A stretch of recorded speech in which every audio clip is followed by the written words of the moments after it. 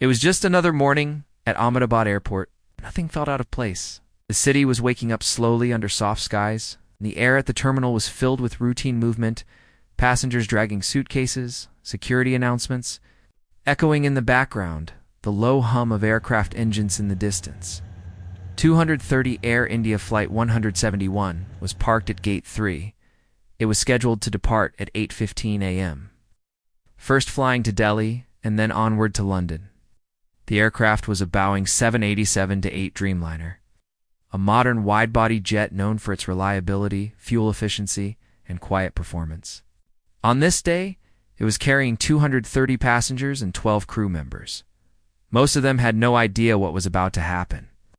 Inside the cockpit, Captain Sumit Sabharwal, veteran pilot with more than 15,000 hours of flying experience, was going through the final pre-flight checklist.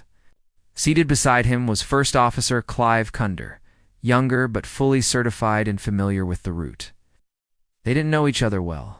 It was their first flight together, but both had done this routine dozens, if not hundreds of times. Their checklist was methodical. The flight management computer showed no errors. Fuel was properly loaded, over 31,000 kilograms. Weather conditions were clear. Visibility was excellent. All systems appeared normal. External power disconnect, Captain Sabharwal noted. Done, Clive replied, glancing at the panel above his head. In the main cabin, boarding was nearing completion. Flight attendants moved up and down the aisle, helping passengers with overhead luggage, offering a smile or a quick reminder to buckle up. The lead purser, Richu Sharma, was reviewing the manifest near the front galley. It was a fairly full flight, a mix of families, professionals, students, and tourists. One couple was traveling for their anniversary. A child near the window seat was flying for the very first time. At 8:08 a.m., the cabin doors were closed. The air inside the aircraft felt calm, almost still. The safety demonstration played on the overhead screens. A few people watched. Most stared at their phones or looked out the windows, already half checked out from the world below. In the cockpit, the pilots reviewed the final takeoff briefing. The departure route was simple. Straight ahead, then a slow left turn toward the northeast. There were no weather disturbances, no traffic concerns. Everything looked straightforward. At 8:13 a.m., they received clearance from ground control. Air India 171, taxi to runway 23 via Bravo and Echo, came the instruction. Taxiing to runway 23, 171, the captain replied. The aircraft began to roll. Its engines hummed softly at idle power. Out the side windows, the terminals slid past. A fuel truck paused to let the plane pass. The Dreamliner moved steadily toward the runway, slow and silent, like every other day. Back in the cabin, seatbelts were fastened. The window shades were mostly open. A few people took last-minute photos of the airport as it faded into the background. There was no sense of urgency, no signs of trouble, just another takeoff ahead. As the aircraft reached the end of the runway, the tower gave final clearance. Air India 171, wind calm, cleared for takeoff. Captain Sabharwal advanced the thrust levers. The engine surged to life as the Dreamliner began accelerating smoothly down the runway. The sound inside the cabin grew louder, but not uncomfortably so. Passengers leaned back. Some closed their eyes. The front wheels lifted. At 8:18 a.m., the aircraft was airborne. Everything seemed fine for the first few seconds. Then the unthinkable happened. Both engines lost thrust almost simultaneously. The aircraft, just a few hundred feet in the air, began to lose lift. It started to sink. In the cockpit, the master caution lights lit up. The autopilot disengaged. Warnings began to sound. Engine fail. Engine fail. The pilots were taken by surprise. They had no altitude, no time, and no clear reason for what was happening. Captain Sabharwal instinctively called for a restart, but there was no power to sustain the climb. The engines were not responding. First Officer Kundor reached for the fuel control panel, but it was already too late. The plane was descending rapidly over a densely populated area. From the ground, witnesses saw the aircraft moving strangely. Some described it as struggling to stay up. Others said they heard a loud whining sound, followed by silence. Just 32 seconds after takeoff, the aircraft crashed into the outskirts of Ahmedabad. Tearing through residential rooftops, breaking into flames, there were screams. Then silence. Only one survivor would be found alive, seriously injured, barely breathing. Everyone else on board, and several people on the ground, perished. And so began the investigation not only into what happened in the air, but what might have gone wrong long before the plane even moved from the gate. The first few seconds after the crash were filled with silence. A silence so heavy that even the birds seemed to stop mid-flight. Then came the noise. A low rumble, followed by shouting, running, the sound of burning metal and glass cracking under pressure. The aircraft had hit the edge of a crowded residential block in a neighborhood near Ahmedabad's outskirts. The rear fuselage had broken apart first, sending parts of the tail section into nearby buildings. One wing struck a rooftop, tearing through concrete before igniting fuel that spilled across two narrow streets. The forward section, including the cockpit and business class, had crumpled on impact, folding inward like paper under immense force. The few who witnessed the crash firsthand were still frozen. A vegetable vendor stood silently beside his overturned cart. A woman with her young son remained crouched behind a wall, eyes wide in disbelief. For many in that neighborhood, it felt like a bomb had gone off. Fire spread quickly. The heat was overwhelming. A plume of black smoke rose into the morning sky, visible from miles away. The first emergency calls began pouring in confused. Panicked voices reporting an explosion or a plane has fallen without full details. At the airport, the tower lost radar contact with Flight 1071 almost instantly after takeoff. The controller tried twice to hail the aircraft, but received no response. Air India 171, Ahmedabad Tower 2, you read? Silence. Air India 171, respond. Still silence. By the third attempt, the controller was already reaching for the red emergency binder. Inside the control room, everyone turned toward the tracking screen. The aircraft had disappeared, vanished from radar, not even 2 minutes after departure. The realization came quickly. A crash. Somewhere very close. Airport emergency services were activated immediately. Fire crews, ambulances, and police vehicles were dispatched toward the last known coordinates. But the site was in a dense residential sector not easy to reach with large vehicles. Traffic was already beginning to snarl. People were running toward the smoke or away from it, many unsure what had actually happened. The first fire truck arrived just 7 minutes later, but flames were already rising from the wreckage. The entire central fuselage was engulfed. Windows burst, metal glowed red hot. The smell of burning fuel and twisted plastic filled the air. Firefighters began hosing down what they could. But the blaze was stubborn, fueled by jet fuel and residential gas lines that had ruptured. The goal now was containment. Saving lives, if any could be saved, came second. The wreckage was barely accessible. Meanwhile, inside the twisted metal, there were few signs of life. Yet somehow, in the aft cabin, buried under shattered seats and part of a broken trolley, a 24-year-old woman named Devika Sharma was still alive. She had been seated in row 39A, near the very back of the aircraft.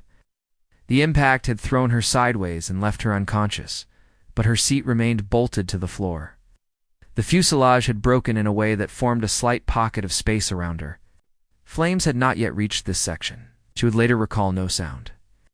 Just light, then blackness, and then smoke when she awoke. She could not move her left arm. Her legs were pinned, but she was alive. The rescuers did not know this yet. They continued to fight the fire. Residents had begun forming human chains, passing buckets of water from rooftop tanks.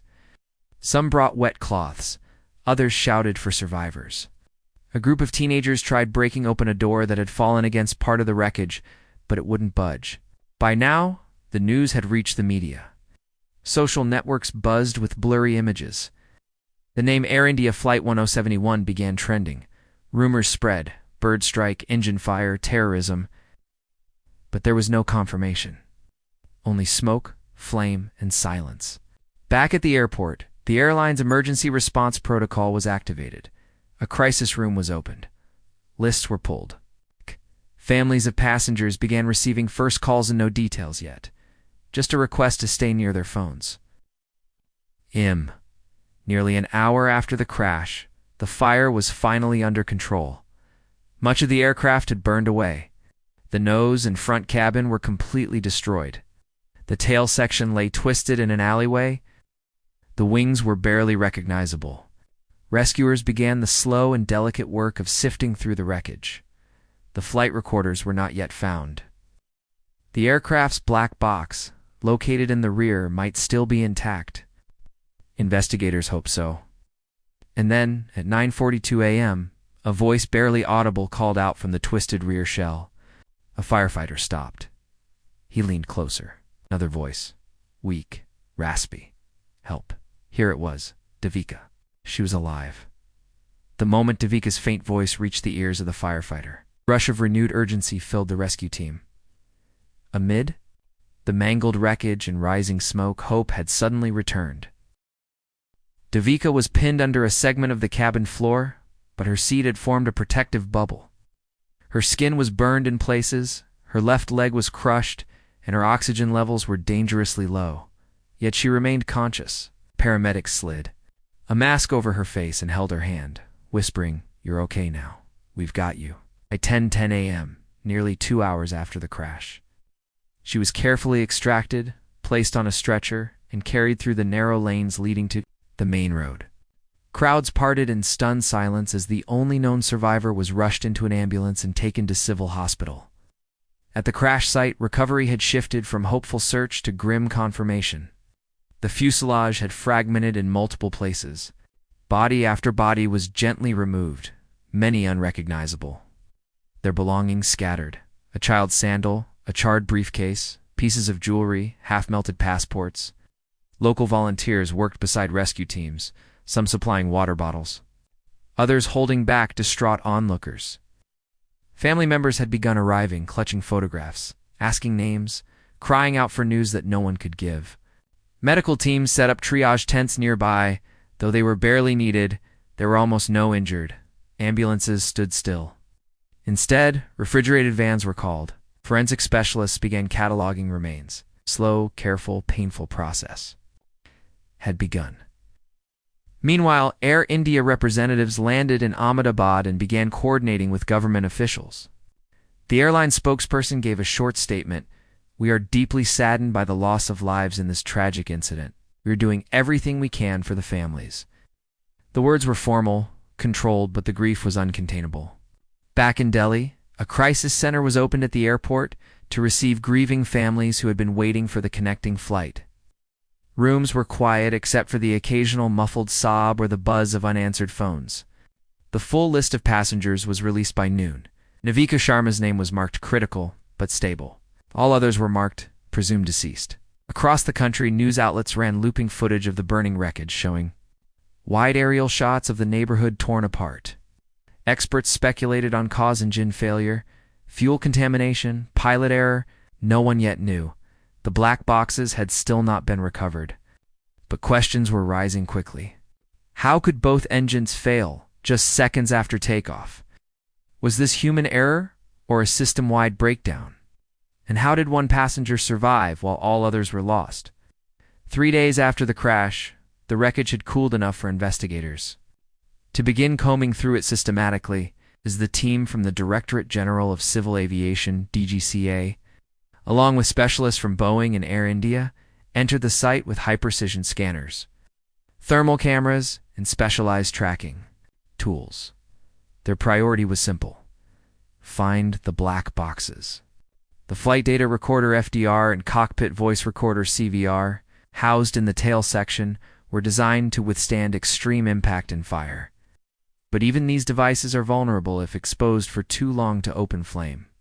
On the afternoon of the fourth day, deep under a melted frame of what had once been the aft galley, a technician spotted something bright orange peeking through ash and soot. It was the FDR. Moments later, just 3 meters away, the CVR was found intact, though blackened. Cheers were quiet but relieved. Both boxes were immediately flown to Delhi and then sent to a specialized lab for decoding within 36 hours. Preliminary audio from the cockpit was transcribed. what they found was shocking. At exactly 8 hours, 18 minutes, and 34 seconds, just 16 seconds after takeoff, Captain Sabharwal's voice is heard. Engine 2. Gone. Total loss. Clive Conder, the co-pilot, replies quickly, Engine 1-2. No response, then static, then both pilots. Shouting checklist items, voices rising. Fuel pump check, hydraulic pressure, no power autopilot's off. Then, in a moment of disbelief, the captain says, We're dropping. This can't be happening. The final recorded words were from Clive. Brace, brace, brace. Then silence. The flight data recorder revealed that both engines failed within 10 seconds of each other. The throttle settings had been normal. Fuel levels were sufficient. No warning had occurred prior to takeoff. Investigators were now certain this was not a pilot error. This was something deeper, something systemic. Attention now turned to the fuel. As investigators began narrowing down the causes of the duel, engine failure, one possibility, began to dominate all discussions. Fuel contamination. In modern aviation, such incidents are rare, but when they occur, the results can be catastrophic. In the case of Air India Flight 171, all signs were beginning to point in that direction. Samples were collected from the airport's underground fuel storage tanks. More were taken from the fuel trucks that had serviced the aircraft that morning. Even remnants of fuel found inside the crashed engines were tested. The early results were alarming. One technician from the lab quietly shared that the jet fuel showed signs of water, emulsion, and foreign particulate matter-tiny impurities that had no place inside a turbine engine. Water in jet fuel can freeze or disrupt combustion. Attached particles can damage fuel pumps or clog lines. The DGCA called an emergency review of all recent refueling operations at Ahmedabad Airport. It was soon revealed that maintenance at one of the underground tanks had been delayed by nearly 3 weeks, and that routine filtration procedures were skipped due to staff shortages. The idea that a commercial aircraft could be brought down because of poor fuel filtering sent a wave of anger through the aviation community. Airport authorities defended themselves, claiming nothing unusual had been reported earlier. But investigators were unconvinced. Fuel logs from the previous 10 days were pulled. Cross-checks began to determine if any other aircraft had experienced anomalies.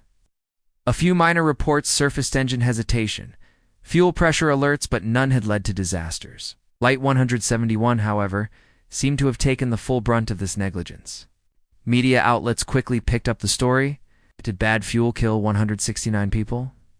Read one headline. Was Flight 171 doomed before it took off? Asked another. At Devika Sharma's hospital bed, she remained unaware of the swirling controversy.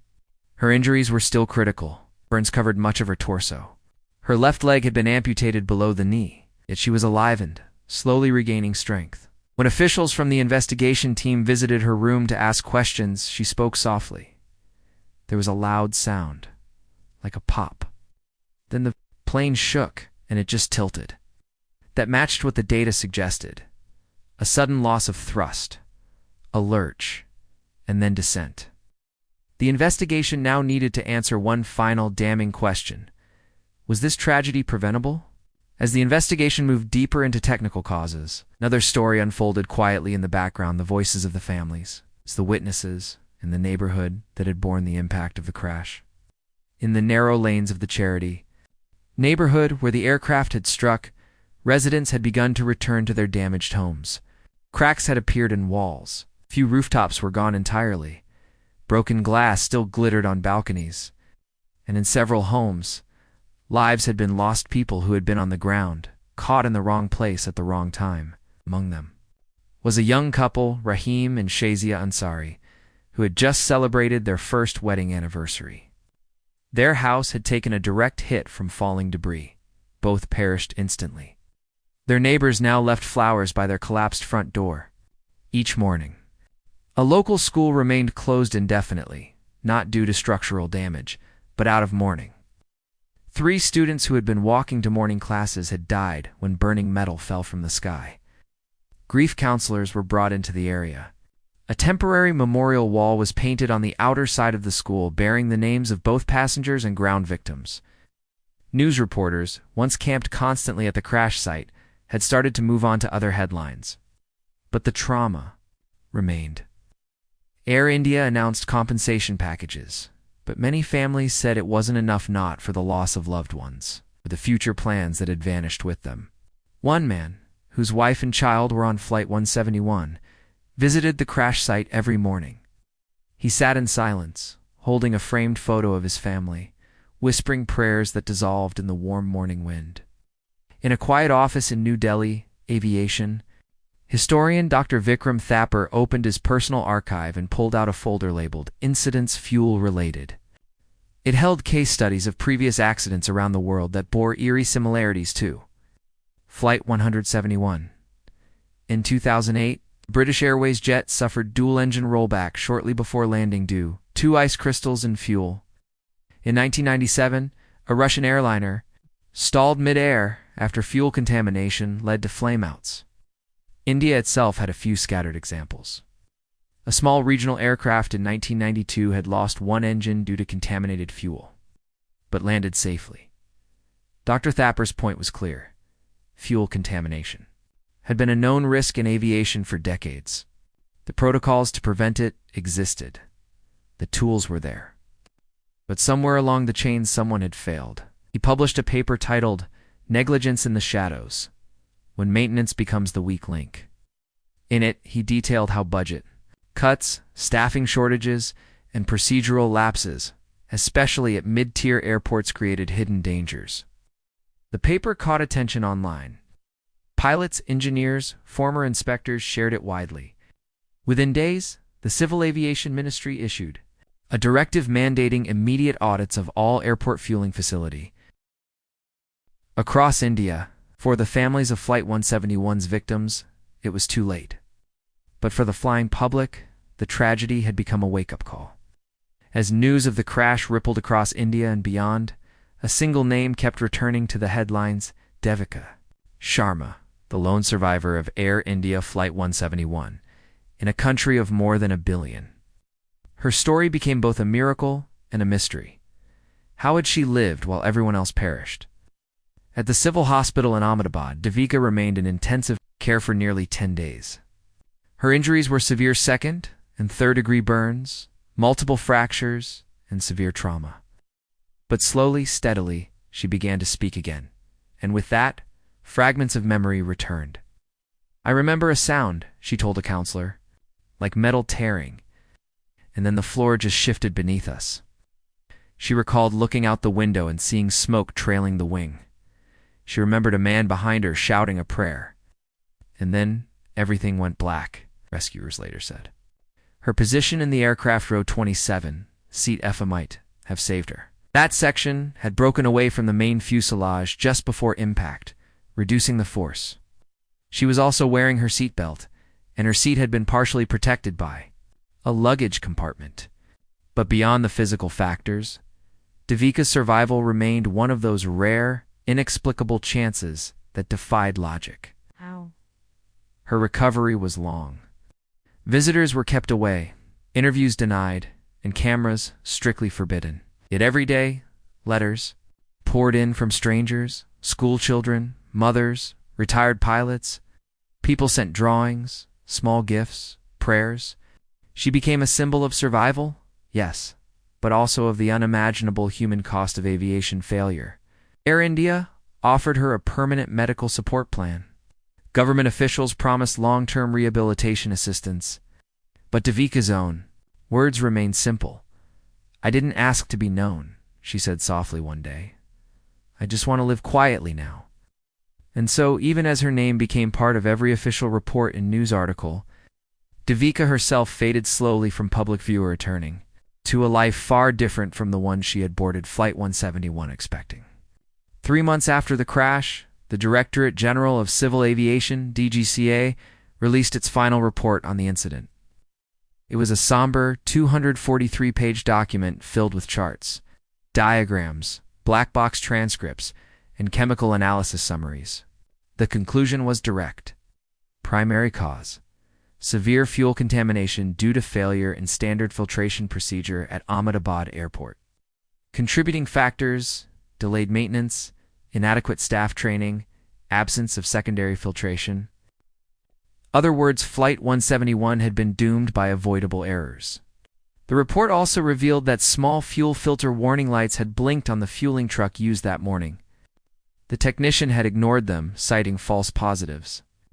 No one double-checked. 8 employees at the airport fuel station were suspended. 3 managers were terminated.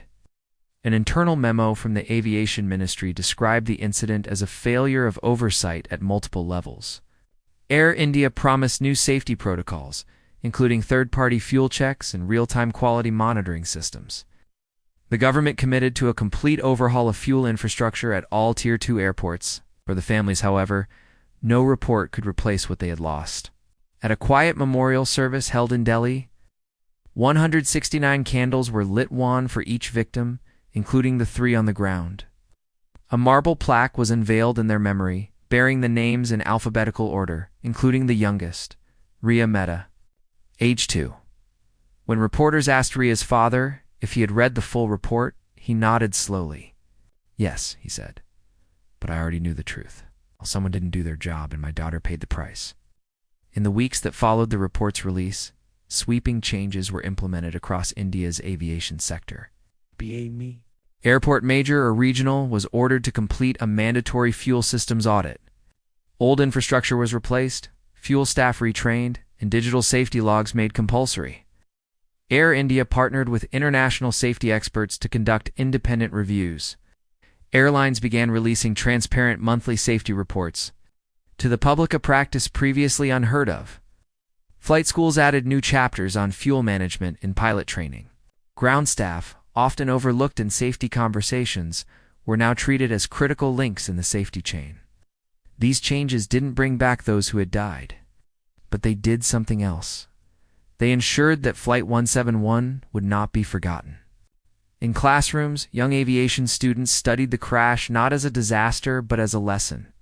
In airports, new signage reminded workers of their role in safety. In airline offices, policies shifted from reactive to preventive. And for travelers, there was a subtle but growing trust that perhaps, even from such a great tragedy, something good could emerge. Sky made safer, a process made stronger. At the edge of the charity neighborhood, where pieces of the fuselage had once rested, a small garden was planted. Flowers bloomed. A plaque read simply, "In memory of those lost, and in hope for those yet to fly." The story of Air India Flight 1071 is not one of villains or heroes. It is a story of systems, of small errors, of missed signals, of warnings unheeded. It is a story of how aviation, despite its miracles, still depends on human diligence.